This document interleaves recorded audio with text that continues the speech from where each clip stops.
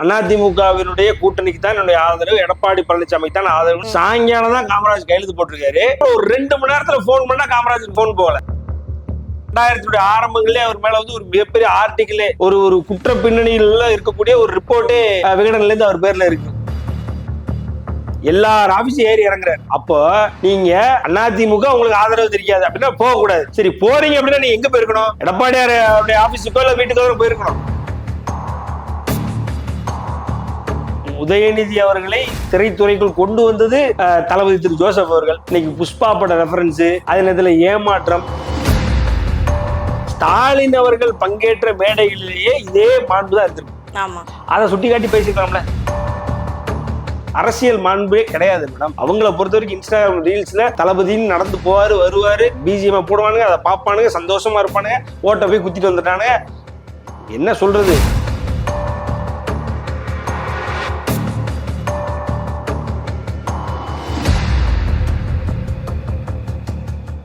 மெய்வரா channel நேயர்களுக்கு அன்பு வணக்கம். இன்னைக்கு நம்மளோட சிறப்பு நேர்காணலுக்கு வந்திருக்காங்க பிரபல அரசியல் விமர்சகர் திரு சத்யன் ராமசாமி சார் வந்திருக்காங்க. அவங்க கிட்ட பேசலாம். வணக்கம் சார். வணக்கம் சார். இப்போ ரொம்ப பரபரப்பான சட்டப்பேரவையில வந்துட்டு ஒரு விஷயம் நடந்துகிட்டே இருக்கு, நம்ம பார்த்துட்டு தான் இருக்கோம். நம்பிக்கை வாக்கெடுப்பு. அதுல ஒரு முக்கியமான ஒரு கேள்விதான் செய்யும். குதிரை பேரம் என்றால் என்ன? அந்த எலெக்ஷன்ல எப்போ, எங்க நடந்தது, எப்படி நடந்தது சார் அது? குதிரை பேரம்னா ஒண்ணும் இல்லை, சிம்பிள். அதாவது தாவேகாவினுடைய திரு இன்ஸ்டாகிராம் மைனாரிட்டி இன்ஸ்டாகிராம் அரசை நிர்வகிக்கக்கூடிய விஜய் அவர்கள், ஜோசப் அவர்கள் பாத்தீங்க அப்படின்னா அந்த காமராஜ் அப்படின்னு சொல்லி மன்னார்குடியினுடைய எம்எல்ஏவை, அமமுகவினுடைய எம்எல்ஏவை, அமமுகவினுடைய எம்எல்ஏ அதிமுகவினுடைய வாக்கு வங்கியில, அதிமுகவினுடைய கூட்டணி கட்சியோட வாக்கு வங்கியில ஜெயிச்சாரு மன்னார்குடியில காமராஜ். அவரை காசை காமிச்சு ஏமாத்தி இன்னைக்கு எப்படி வந்து தனக்கு ஆதரவாக இன்னைக்கு நம்பிக்கை ஆஸ் வி ஸ்பீக் இப்ப நம்பிக்கை தீர்மானம் அங்க வந்து சட்டமன்றத்துல போட்டுட்டு இருக்காங்க. அதற்கு ஆதரவாக காசை கொடுத்து அவரை விலைக்கு வாங்கி ஏறக்குறைய அவருக்கு ஆதரவா பேச வச்சிருக்காரு. இதுதான் குதிரை பேரம். இதை கையும் களவுமா பிடிச்சாரு யாரு? டிடிவி தினகரன் அவர்கள். இது நடக்கும் பொழுதே, ஏன்னா சாயங்காலம் தான் டிடிவி தினகரன் கையெழுத்து போட்டிருக்காரு. யாரு? காமராஜ். என்னன்னா அதிமுகவினுடைய கூட்டணிக்கு தான் என்னுடைய ஆதரவு, எடப்பாடி பழனிசாமிக்கு தான் ஆதரவுன்னு சாயங்காலம் தான் காமராஜ் கையெழுத்து போட்டிருக்காரு. சாயங்காலத்துக்கு அப்புறம் ஒரு 2 மணி நேரத்துல போன் பண்ணா காமராஜுக்கு போன் போகல. அதுக்குள்ள பாத்தீங்க அப்படின்னா காமராஜ்ட டிவிகே குரூப் எழுதி வாங்கிட்டாங்க, அவங்களுக்கு தான் ஆதரவுன்னு. இதுதான் குதிரை பேரம். இந்த குதிரை பேரத்தை ஏறக்குறைய இன்றைய ஜென்சி கிட்டுக்கு யாரு காமிச்சு கொடுத்துருக்கா அப்படின்னா முதலமைச்சர் ஜோசப் அவர்கள் தான். இது உண்மை பொய் அப்படின்றது வந்து சட்டம் தான் முடிவு பண்ணும். அதாவது இன்னைக்கு ஏதாவது கேஸ் இருக்கு, இன்னைக்கு வழக்கு வந்து போலீஸ் ஸ்டேஷன்ல இருக்கு, அவங்கதான் முடிவு பண்ணுங்க ஒழிய. அதே நேரத்துல அவர் அமமுக பதவியில இருந்து விலக்கிட்டாங்க, ஏன்னா ஆதரவு கொடுத்தாரு அப்படின்றதுனால விலக்கிட்டாங்க.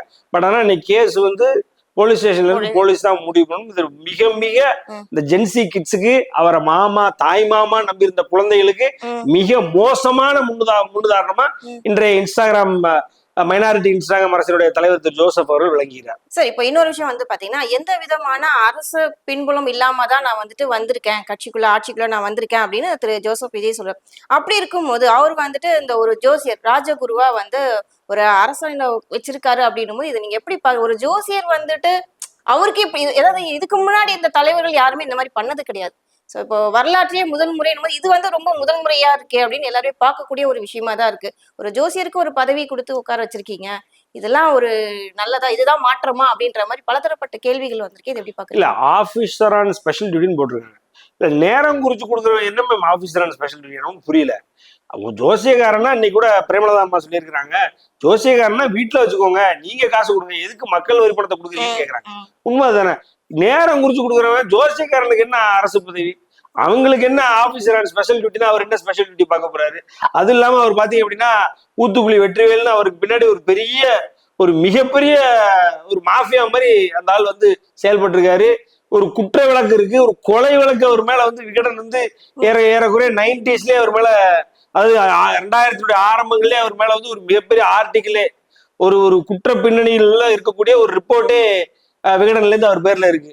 அவர் பாத்தீங்க அப்படின்னா அந்த எம்எல்ஏல ஆள் சேர்ப்பாங்களா, அந்த மாதிரி எனக்கு நீங்க வாங்க, நான் உங்களுக்கு ஒரு தியானம் சொல்லி தரேன், நீங்க அதனால நீங்க நல்ல வருமானம் வரும், உங்களுக்கு காசு வரும், நீங்க ஃப்ரீயா கூட வாங்க, நான் சொல்லி தரேன், நீங்க ஏழைகளா இருந்தா, நீங்க பணக்காரனா இருந்தா, நீங்க சம்பாதிச்சதுல நான் ஒரு ஷேர் வாங்கிப்பேன் அப்படின்ற, அதுதான் இங்க நடந்துகிட்டு இருக்கு. இது வந்து மார்க்கெட்டிங், சிம்பிள். அவருடைய மார்க்கெட்டிங், அவருடைய பார்ட் ஆஃப் அந்த ஜோசியம் பேக்டு தியானம் இதெல்லாம் பேக் பண்ணி ஒரு எம்எல்ஏ வச்சிருக்காரு வெற்றிவேல், ஊத்துக்குழி வெற்றிவேல். நீங்க அவர் பேரை பாருங்களேன், ரிக்கி ராதன் பண்டிட் வெற்றிவேல். ஏதோ இது என்ன கூட்டம் ஒரு மாதிரி இருக்குது பேரே. அதனால எல்லாரையும் உள்ள ஒண்ணும் இல்ல. அவர் சொல்றாரு பாருங்க, இதுதான் நீங்க யோசிக்க வேண்டியது, மக்களாகிய நாம் அனைவரும் யோசிக்க வேண்டியது. நீ பணக்காரனா இருந்தா நீ என்கிட்ட நீ என்னுடைய அறிவுரையின்படி நீ ஜெயிச்சுட்ட, நீ வெற்றியாளன் ஆயிட்ட அப்படின்னா நீ எவ்வளவு வெற்றி பெறியோ, உனக்கு அது மூலமா எவ்வளவு வருமானம் வருதோ அதுல எனக்கு ஒரு கட் அப்படின்ற. அப்ப அதுதான் இன்னைக்கு நடந்துகிட்டு இருக்கு. விஜய் அவர்கள் வெற்றி பெற்று விட்டார், திரு ஜோசப் அவர்கள் வெற்றி பெற்று இன்னைக்கு தமிழகத்தினுடைய சிஎம் ஆயிட்டாரு. அதனால அவருக்கு ஒரு கட்டு போகுது, அதனால கவர்மெண்ட்ல அவருக்கு வேலை கொடுக்குற மாதிரி அவர் உள்ள கொண்டு வர்றாங்க. இதுதான் ஸ்கேம்.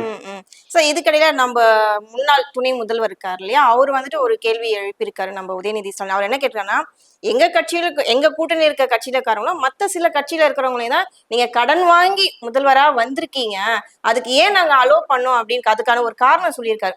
கவர்னர் ஆட்சி வந்துடக்கூடாது அந்த ஒரு பயத்தினாலதான் நாங்க எங்க கட்சியில இருக்கிறவங்கள உங்களுக்கு ஆதரவா கொடுத்தோம், அதை நீங்க சரியான முறையில பயன்படுத்திக்கீங்க. சேஞ்சுன்னு சொன்னீங்களே, மிகப்பெரிய எக்ஸ்சேஞ்ச் பின்னாடி நடந்துட்டு இருக்கா, இதுதான் உங்களுடைய மாற்றமான்னு காட்டமா கேட்டிருக்காரு. உண்மை, அவர் கிளியரா சொல்றாரு. ஏன்னா நீங்க இன்னைக்கு அதிமுகவினுடைய பொதுச் செயலாளர் அண்ணன் எடப்பாடியார் அவர்களும் என்ன சொல்றாரு அப்படின்னா தெளிவா சொல்றாரு. நீங்க அதிமுகவினுடைய எடப்பாடியார் அங்கீகரிக்கப்பட்ட, அதாவது கோர்ட்டு தீர்ப்பு மூலியமாக எடப்பாடியார் அவர்கள் பொதுச் செயலாளர் அதிமுக, ரைட்டுங்களா? இன்னைக்கு அவங்களுக்குள்ள உட்கட்சி பூசல் நடந்துகிட்டு இருக்கு. அப்ப உட்கட்சி பூசல் நடக்கும் பொழுது நீங்க ஒவ்வொரு கட்சி தலைவர்களையும் போய் பாக்குறீங்க. நீங்க ஏன் பாக்குறீங்க? திரு முதலமைச்சர் ஜோசப் அவர்கள் நீங்க ஒவ்வொரு கட்சி தலைவர்கள் ஏன் பாக்குறாரு? அவங்களெல்லாம் பார்த்தாதான் அந்த ரெண்டு சீட்டை இவங்களுக்கு இந்த நம்பிக்கை வாக்கெடுப்புல இவங்களுக்கு ஆதரவா ஓட்டு போட்டா மட்டும்தான் இவருடைய அரசாங்கமே நிக்கும், இல்லைன்னா கவுந்துரும். இந்த 5 ஆண்டுகள்ல எப்ப வேணாலும் கவலக்கூடிய அரசாங்கம் இன்னைக்கு திரு ஜோசப் அவருடைய அரசாங்கம். அப்படிப்பட்ட அரசாங்கத்துக்கு வாக்கெடுப்பு, நம்பிக்கை வாக்கெடுப்பப்ப எங்களுக்கு வாக்கு நீங்க தயவு செஞ்சு செலுத்துங்கன்னு ஒவ்வொரு வீடா ஏறி இறங்குறாரு. வைகோ அவருடைய வீடு, IUML ஆபீஸ், காங்கிரஸ் ஆபீஸ், அதே நேரத்தில் விடுதலை சிறுத்தைகள் திருமாவளவனோட ஆபீஸ், எல்லார் ஆபீஸும் ஏறி இறங்குறாரு. அப்போ நீங்க அதிமுக உங்களுக்கு ஆதரவு தெரியாது அப்படின்னா போகக்கூடாது. சரி, போறீங்க அப்படின்னா நீங்க எங்க போயிருக்கணும்? எடப்பாடியார் ஆபீஸுக்கோ இல்ல வீட்டுக்கோ போயிருக்கணும். நீங்க அதை விட்டுட்டு எதுக்கு சிவி சண்முகம் ஆபீஸுக்கு போறீங்க? அப்ப பிரிவு இருக்குன்ற உடனே அந்த பிரிவுல நீங்க உங்களுக்கு எங்க லாபம் தேடலாம் அப்படின்னு சிவி சண்முகம் ஆபீஸ் போனீங்கன்னா நீங்க எவ்வளவு ஒரு மோசமானவர், எவ்வளவு குரூர எண்ணம் படைத்தவர் அப்படின்றது உங்களுக்கு தெரியுது. இதைத்தான் இவர் சொல்றாரு, யாரு உதயநிதி சொல்றாரு. அதிமுக 2ஆ பிளவுபட்டு இருந்தாலும் திமுக கூட செய்ய யோசிக்காத ஒரு மிக மோசமான ஒரு காரியத்தை நீங்க செஞ்சிருக்கீங்க. சிவி சண்முகம் வீட்டுக்கு நீங்க போறீங்க, உங்க பின்னாடியே ஒரு சோஃபா செட் வருது. இதே புஷ்பா படத்துல இப்படிதான் சோஃபா செட்ல பணத்தை வச்சு சோஃபா செட் போகும். அந்த மாடல்ல புஷ்பா படத்துல இருக்கிற அந்த ஸ்கேம நீங்க பண்றீங்கன்னு சொல்லாம உதயநிதி அவர்கள் சொல்றாரு. இதே சோஃபா செட் நம்ம கொஞ்சம் 2 நாளைக்கு முன்னாடி, அதாவது போன வாரம் கூட வச்சுக்கலாம், பாத்தீங்கன்னா தொல் திருமாவளவன் ஐயா போய் மீட் பண்றதுக்கு முன்னாடி அவர் கூட புதுசா சோஃபா வாங்கிட்டு தானே கொண்டு போனாங்க. அதுதானே மேடம். அது இப்போ அவரு உதயநிதி அவர்களும் கூட்டணியில் இருக்காருன்றதுனால ஒரு கூட்டணி மாண்புக்காக சொல்லாம இருக்காரு, வேற என்ன பண்ண முடியும்? பட் ஆனா இப்படி சோஃபா போறதை நீங்க ஏத்துக்கிறீங்களா? சோஃபா ஏன் போகுது, அதற்கு விளக்கம் அளிப்பாரா திரு விஜய் அவர்கள்? அதுதானே கேள்வியே. சோஃபா போகுது, சோஃபா போனதுக்கு அப்புறம் இவர் கரெக்டா போயிருங்களாரு எப்படி? அதெல்லாம் புரியல. ஆமா. அப்புறம் இன்னொரு விஷயமா இதுல உதயநிதி என்ன சொல்லிருக்காங்கன்னா, 4,87,00,000 வாக்குகள் நமக்கு பெரும்பான்மையான வாக்கு, அதுல 3 லட்சம் உங்களுக்கு எதிரான வாக்கு தான் வந்திருக்கு. அத நீங்க 1 கோடி வாக்குகள் தான் நீங்க பெற்றிருக்கீங்க. சோ இதுல இருந்தே பாத்துக்கோங்க, உங்களுக்கு மக்கள் எதிராதான் இருக்காங்க, ஒரு சிலர் மட்டும் தான் உங்களுக்கு ஆதரவு. இதே நீங்க பெருசா எடுத்துட்டு பேசாதீங்க, மாற்றம் சொல்லிட்டு இருக்கீங்க, உங்களுடைய மாற்றமே இப்ப ரொம்ப ஏமாற்றமா இருக்கு மக்களுக்குன்றாரு. இது எப்படி பாக்குறீங்க? அதான் மேம், கிட்டத்தட்ட 69% வாக்காளர்கள் மக்கள் அவருக்கு எதிராகத்தான் இருக்காங்க. இந்த ஆளும் அரசாங்கம் நான் சொன்னபடி மைனாரிட்டி இன்ஸ்டாகிராம் அரசாங்கம் தான். இன்ஸ்டாகிராம் ரீல்ஸை வச்சு மக்களை சென்டிமெண்டல் ஃபூல்ஸாவும் டேட்டா பேக்டு ஃபூல்ஸாவும் மாத்தி ஃபேப்ரிகேட்டட் டேட்டா வச்சு மக்களை குறிப்பா இளைஞர்களை இளைஞர்களை எல்லாரையும் ஒரு மோசமான ஒரு மனநிலையை உருவாக்கி அதன் மூலமாக வெற்றி பெற்ற இந்த மைனாரிட்டி இன்ஸ்டாகிராம் அரசாங்கத்தை நடத்தி கொண்டிருக்கும் திரு ஜோசப் அவர்கள் ஒரே ஒரு விஷயத்தை புரிஞ்சுக்கணும். அவருக்கு எதிராக இல்ல அவர் வேண்டாம் என்று நினைக்கக்கூடிய மக்கள் இங்க 65% 69% இருக்கிறார்கள். அவங்க உங்களுக்கு கிளியர் மேண்டேட் கொடுக்கல. நீங்க தான் பெரும்பான்மைன்ற மேண்டேட் மக்கள் கொடுக்கல. உங்களை வெற்றி பெற வைக்க வேண்டும் என்று மக்கள் நினைக்கவில்லை. நினைத்திருந்தா 1977 எம்ஜிஆர் வந்த பொழுது 130 சீட்டை அவருக்கு மட்டுமே அவருடைய கட்சிக்கு எடுத்து கொடுத்தாங்க. அதாவது அறுதி பெரும்பான்மை கொடுத்து நீங்க மட்டும் ஜெயிச்சுக்கோங்க, நாங்க அதை உங்களுக்கு கொடுக்கல. ஏன்னா இங்க உள்ள குழப்ப மனநிலையில் இருக்கக்கூடிய அந்த 20ல இருந்து 30, 35 வயது இருக்கக்கூடிய அந்த ஒரு சிலர் மட்டும்தான் உங்களுக்கு அந்த ரீல்ஸை பார்த்து அதில் உள்ள பிஜிஎம்மையும் அதில் உள்ள பேக்ரவுண்டையும் பார்த்து ஹைப் ஆகி உங்களுக்கு போய் ஓட்டு போட்டிருக்காங்க. வேற யாரும் ஓட்டு போடல. அதனால நீங்க இந்த 3-4 நாட்கள்ல நீங்க உங்க பண்ண வேலைப்பாடுகளை பார்த்தாலே என்ன ஒரு விஷயம் கிளியரா தெரியுது.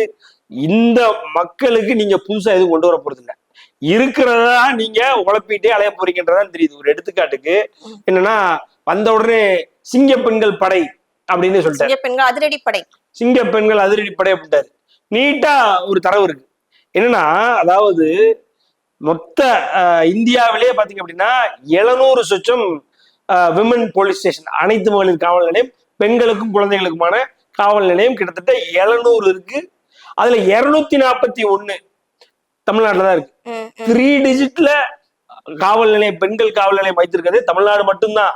இந்தியாவில் இருக்கக்கூடிய ஒட்டுமொத்த மாநிலத்திலும் கிட்டத்தட்ட 25,000 பெண்களுக்கு மேல தமிழ்நாட்டுல பாத்தீங்கன்னா மகளிர் காவலர்லாம் இருக்காங்க. ஒட்டுமொத்த இந்தியாவிலே 2.5 லட்சம் பேர் தான் இருக்காங்க. 10% தமிழ்நாட்டில் தான் இருக்காங்க. நீங்க புதுசா என்ன சிங்க பெண்களுக்கு என்ன காவல் படை கொண்டு வர போறீங்க? நீங்க என்ன அந்த திட்டத்தினுடைய வரையறை என்ன? அந்த திட்டத்தினுடைய டேர்ம்ஸ் அண்ட் கண்டிஷன்ஸ் என்ன? புதுசா பெண்களை வேலைக்கு எடுத்து போட போறீங்களா? அப்பனா அது ஹையரிங், அது கவர்மெண்ட் ஹையர் பண்ணதுன்னா முடிஞ்சு. அதே மாதிரி புதுசா ஒரு பேரை கொண்டு இருக்கக்கூடியதை ஏமாத்துறது என்னது? அது ஒண்ணு. ரெண்டாவது பாத்தீங்க அப்படின்னா, அவ்வளவுதான் தளபதி வந்துட்டாரு, இனிமே இங்க ஒன்னும் கஞ்சா இது அபி நிபின் எதுவுமே இருக்காது வைக்காது அப்படின்றாரு. உடனே அதுக்கு ஒரு ஏமாத்து ரீல்ஸ் இருக்கக்கூடிய தாவேகாவினர் அனைவரும் ஒரு ஏமாத்து ரீல்ஸ் என்னன்னா, முதல் நாளே ஒரு 1000 மூட்டை கஞ்சா ஒரு இடத்துல செஞ்சு பக்கத்துல போட்டு எரிக்கிற மாதிரி ஒரு வீடியோ வருது. அது பார்த்தா திமுகவினுடைய அரசாங்கத்துல எரிச்ச வீடியோ. இவனுக்கு அதுக்குள்ள தமிழ்நாடுல தளபதி பதவியேற்ற உடனே பார்க்க போட்டு எரிக்கிறாங்க அப்படின்னு வீடியோ. சரி சார், அப்ப அந்த 717 மதுபான கடைகளை மூடினது அது எப்படி பாக்குறீங்க? 717 மதுபான கடைகளை மூடினதை மறுபடியும் சொல்றேன் மேடம். 2011 ஆட்சி அமைக்கும் பொழுது புரட்சித் தலைவர் அம்மா அவர்கள் இதே மாதிரி 500 கடைகளை மூடினாங்க. அதுக்கப்புறம் 2016 ஆட்சி அமைக்கும் பொழுது ஒரு 500 கடையை மூடினாங்க. அதுக்கப்புறம் ஐயா எடப்பாடி அவர் 2017 ஆட்சி அமைக்கும் பொழுது அவர் ஒரு 100 சொச்சம் கடைகளை மூடினார். அதுக்கப்புறம் ஐயா ஸ்டாலின் அவர்கள் 2021 அப்புறம் பதவியேற்றதுக்கு அப்புறம் அவரு ஒரு 500. அதனுடைய நீட்சியா இவர் மூடுறாரு. அவ்வளவுதான். இவர் ஏதோ புதுசா இதெல்லாம் கொண்டு வந்துட்டாரு. அதான் நேற்று கூட ஒரு மீன் போட்டுருந்தாங்க, மதிய உணவு திட்டத்தை கொண்டு வருகிறார் தளபதி அப்படின்னு. என்னடா இது ஊரெல்லாம் புறா விட்டுக்கிட்டு இருக்கீங்க? அவர் இது வரைக்கும் உருப்படியா ஒண்ணு கூட சொல்லல. அவர்னால இந்த தமிழ்நாட்டில் ஒரு மாற்றம் வரப்போறதில்லை.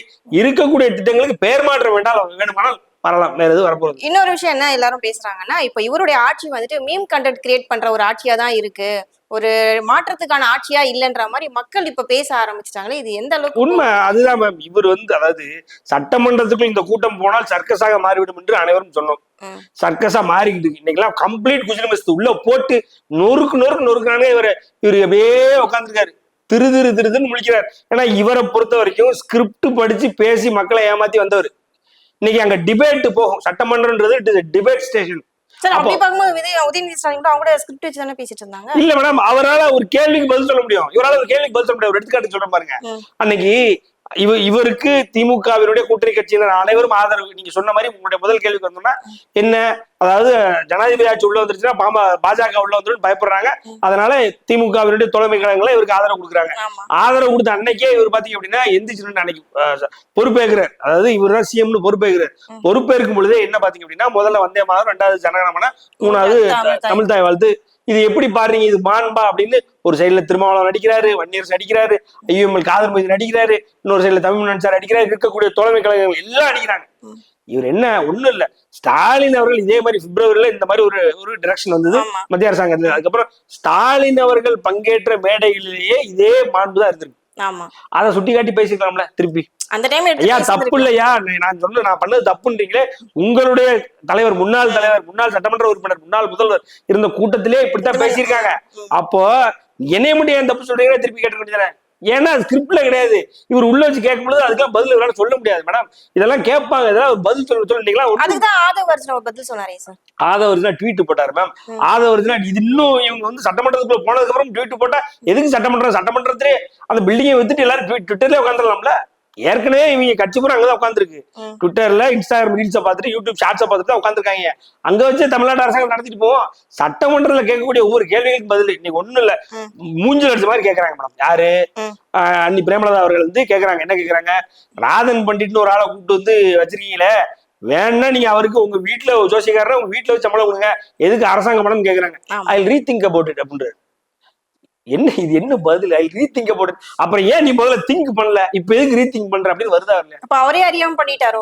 அதுதான் சொல்றேன். அவருக்கு அந்த அதாவது ஏதோ ஒரு என்ன காரணம் பண்றோம் தெரியாம பண்ணிட்டாரு. இல்ல, ஏதோ ஒரு காரணம். இந்த காரணத்தினாலதான் நான் இவ்வளவு ஆக்குறேன். ம். இல்ல, இன்னைக்கு ட்விட்டர்ல அவருடைய பசங்க எழுதுறானுங்க, ம். இது என்னுடைய தனிப்பட்ட விருப்பை சார்ந்தது, இதுல நீங்க யாரும் கமெண்ட் பண்ணாதீங்க அப்படின்னு தலைவர் விஜய் சொல்லணும்னு நான் எழுதுறானுங்க. அதை அவர் சொல்லலாமே, சொல்ல மாட்டாரு மேடம். ஏன்னா அவருக்கு எழுதி கொடுக்கலாம் தெரியாது.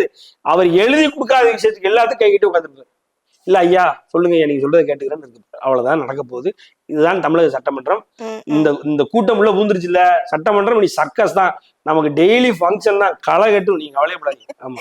ஓகே சார், ஒரே வரியில சொல்லணும்னா இன்னைக்கு நடந்த அசம்பிளில நடந்த சர்ப்ரைஸான விஷயங்கள் என்னன்னு பாக்குறீங்க? இன்னைக்கு சர்ப்ரைஸ் அப்படின்னா என்ன மேம், அதாவது ஒரு பக்கம் உதயநிதி இன்ட்ரெஸ்டிங்காவும் இருக்கு, ஒரு ஆமா, பக்கம் சர்ப்ரைஸ், ஒரு ஷாக்கிங் அந்த மாதிரி. உதயநிதி இறங்கி பிலோ த பெல்ட் போய் அடிப்பாரானா எனக்கு தெரிஞ்சதே இல்லை. நான் உதயநிதி அவர்களே அந்த அளவுல பார்த்ததே இல்லை. சார் வாரிசு சார், வாரிசு ஏத்துக்கிறேன், ஓகே. பட் ஆனா இந்த அடி அடிப்பாரு விஜய் உட்கார வச்சுட்டு. ஏன்னா ஒரு அண்ணன், விஜயனுடைய ரசிகர் திரு உதயநிதி ஒரே அவர்கள், காலேஜ். ஒரே காலேஜ்.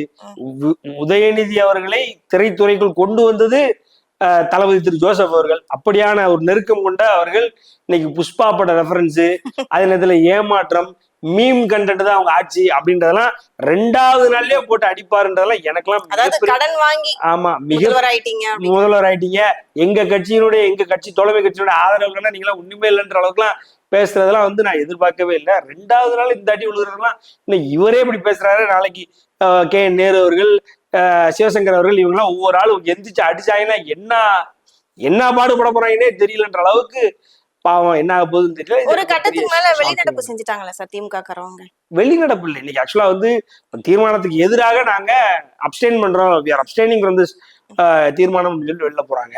அது வந்து யூஸ்வலா நடக்கிறதா. என்னன்னா எதிர்ப்பு எத்தனை பேர், ஆதரவு எத்தனை பேர், தீர்மானம் நம்பிக்கை தீர்மானத்துக்கு எதிர்ப்பு எத்தனை பேர், ஆதரவு எத்தனை பேர். ஆதரவு கொடுக்குறவங்க உள்ள இருங்க, ஆதரவு இல்லாதவங்க நீங்க வெளியில போனா போல, இல்ல உள்ள இருக்கணும் இருக்கணும். அது வெளியதான் போகணும் அவசியம் இல்ல. எல்லாரும் வெளியே பண்றது வந்து நியாயம் தான். இன்னைக்கு எப்படி ஜெயிச்சிட்டாரு நம்பிக்கை வாக்கெடுப்பு தீர்மானத்தை தாவேகா ஜெயிச்சிருச்சு. அவர் வந்து ஆட்சி அமைக்கப்படுறாரு, எந்த ஒரு மாற்று கருத்தும் இல்லை. ஆனா இது நீளுமா அப்படின்றது மிகப்பெரிய கேள்விதான்.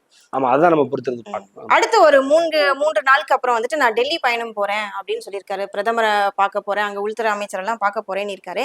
இது வந்து எந்த மாதிரியான ஒரு எதிர்பார்ப்பா இருக்கும்னு நினைக்கிறீங்க? அங்க போய் என்ன பேசுவார்? மேம் அதுதான் இப்போ ஒரு முதலும் முடிவும் இல்லாம, ஒரு என்ன சொல்றது, ஒரு தேவை இல்லாம, இது வந்து ஒரு ஒரு வீண் செலவு, ஒரு மக்கள் வரிப்பணத்தை வந்து தேவையில்லாம ஒரு கிரீட்டிங்ஸ்க்காக நான் சிஎம் ஆயிட்டேன், நான் உங்களை வந்து பார்க்க வரேன், ஒரு வார்ம் வெல்கம், ஒரு ஷோ, இது வந்து நான் வந்துட்டேன், என்னோட என்ட்ரி இது அப்படின்ற ஒரு ஷோ, ஒரு வெற்று விளம்பரம். அப்படி இல்லைன்னு சொன்னா நீங்க வந்து ஒரு அரசு தேவைக்காக, மக்கள் தேவைக்காக ஒரு பிரதமரை போய் பார்க்கறதோ, அப்படி இல்லைன்னா வந்து ஒரு ஜனாதிபதி, துணை ஜனாதிபதியை பார்க்கறதோ வந்து ஓகே, ஏத்துக்கலாம்.